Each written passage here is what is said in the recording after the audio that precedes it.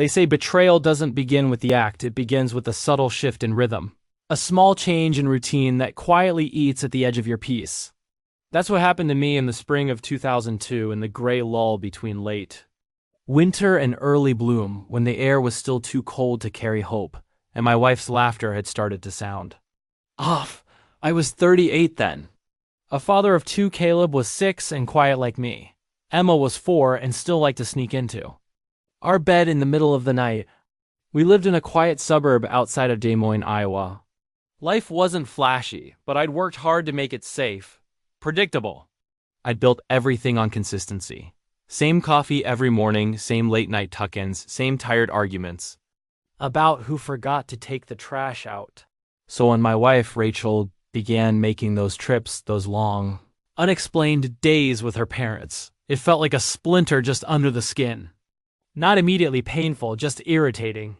Something you notice when you brush against it wrong. Rachel's folks live 90 minutes away in Cedar Falls. Not exactly a hop down the street. Yet twice a week, sometimes 3, she was suddenly driving out there, taking the kids, claiming her mother needed help around the house.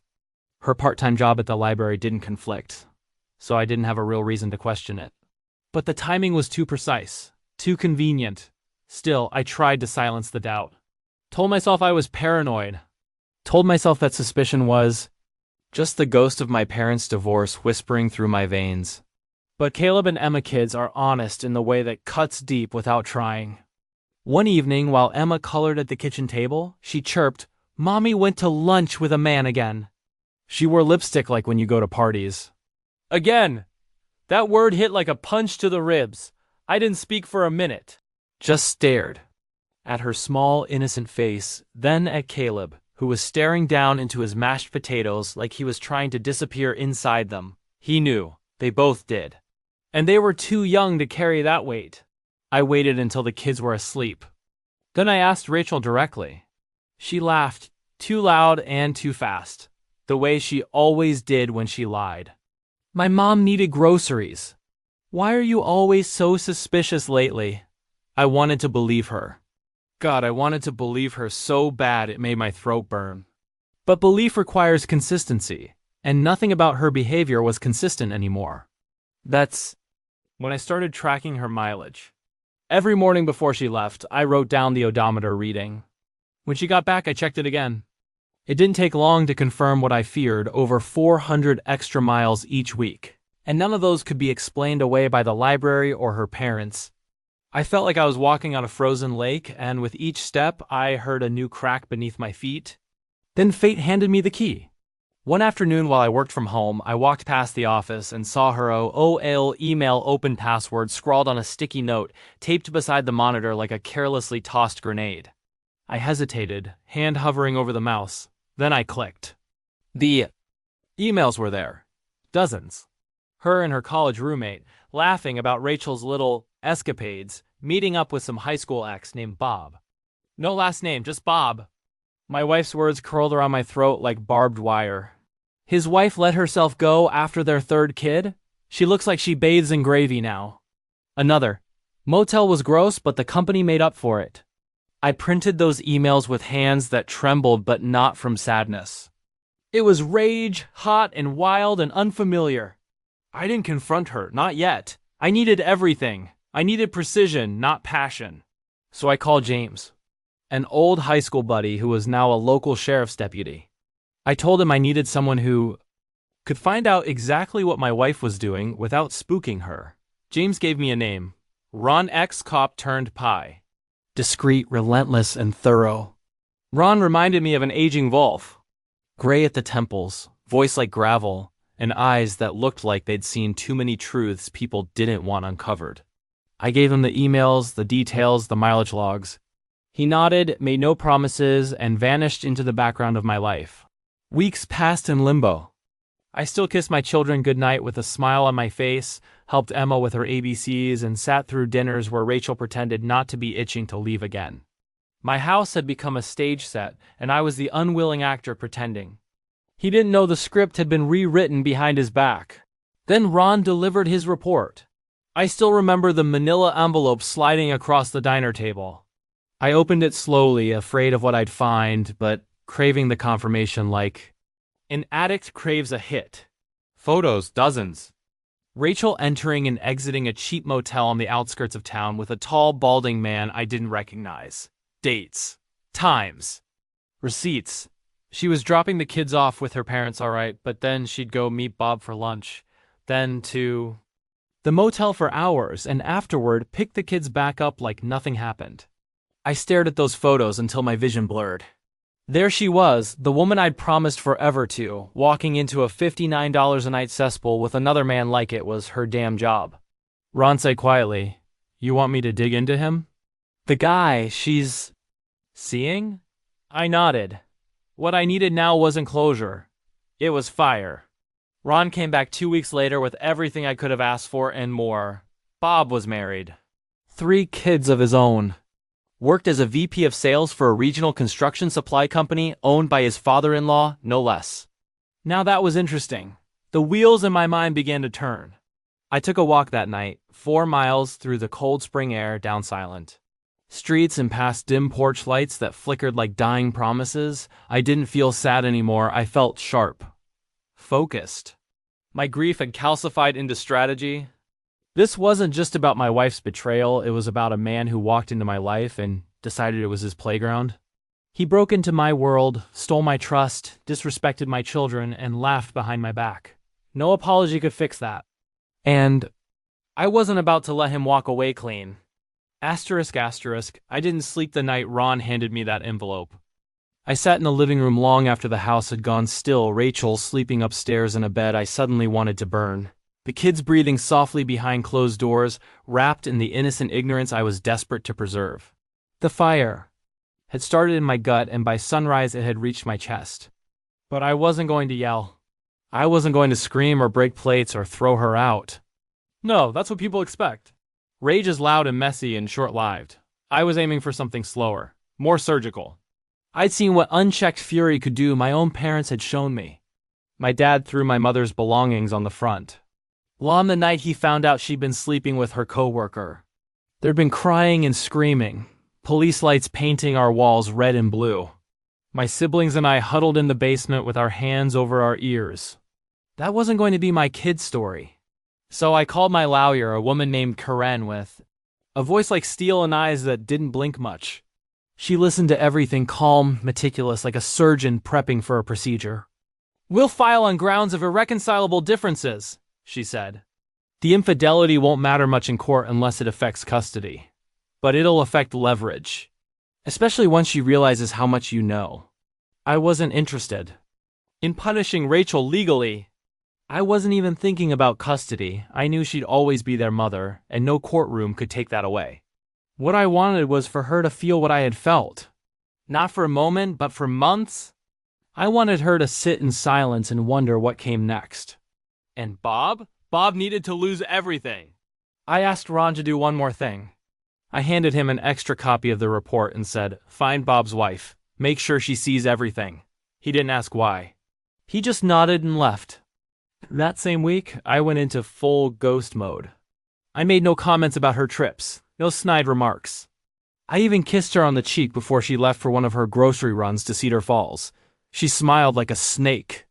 She had no idea that in 48 hours, her world was going to crack like a rotten foundation. We served the divorce papers on a Wednesday afternoon at her job. I picked that day for a reason. She worked the front desk at the library, always so smug behind that little counter, correcting people's grammar and flashing her fake little librarian smile. The server walked right in and handed her the manila envelope while 3 patrons watched her face drop from smug to sick.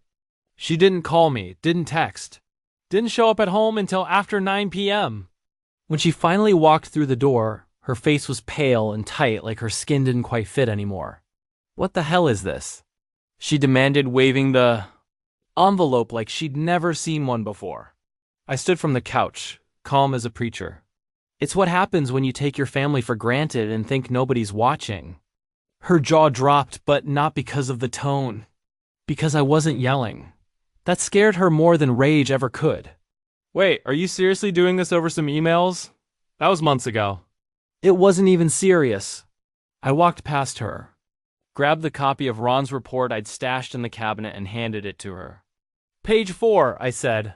"That was last week." Her hands trembled as she flipped through the photos. She didn't speak for nearly a full minute. When she finally did, her voice was small. "You hired someone to follow me?" "No, I replied. "I hired someone to find out if I was crazy. Turns out I'm not." She left the house that night, claimed she needed space, said she'd stay with her sister.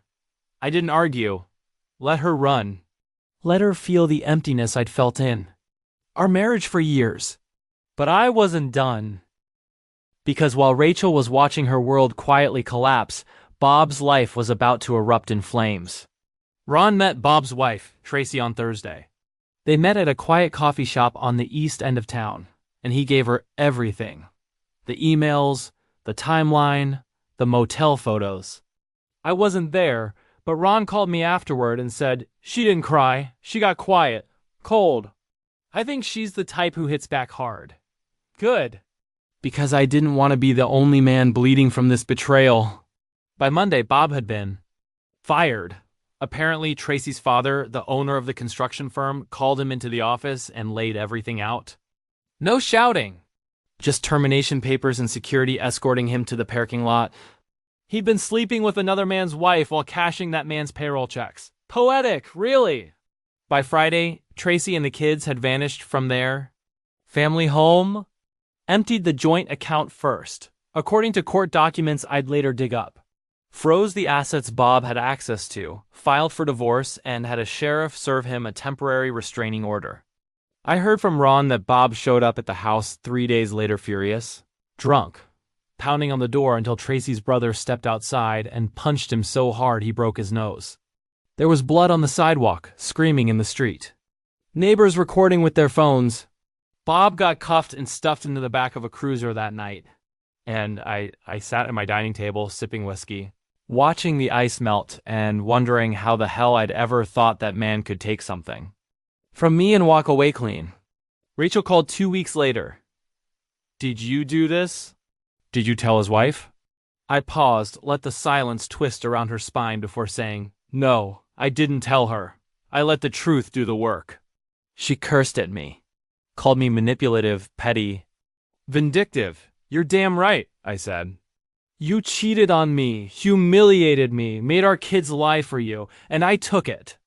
I took it for months while you played pretend. So yeah, I made sure he paid too. You ruined his life.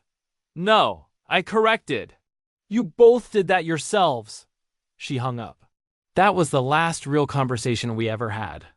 After that, everything was email chains about custody and school pickups.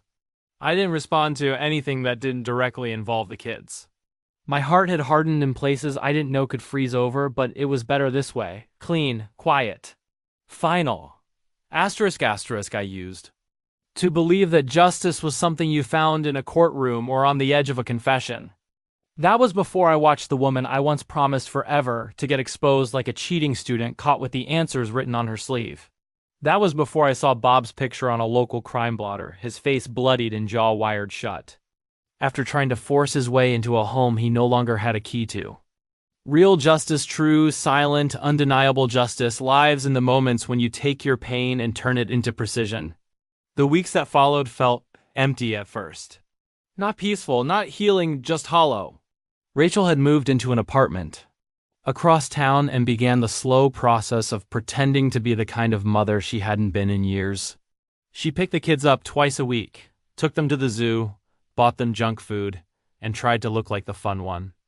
I didn't fight her. I didn't insult her or weaponize her guilt.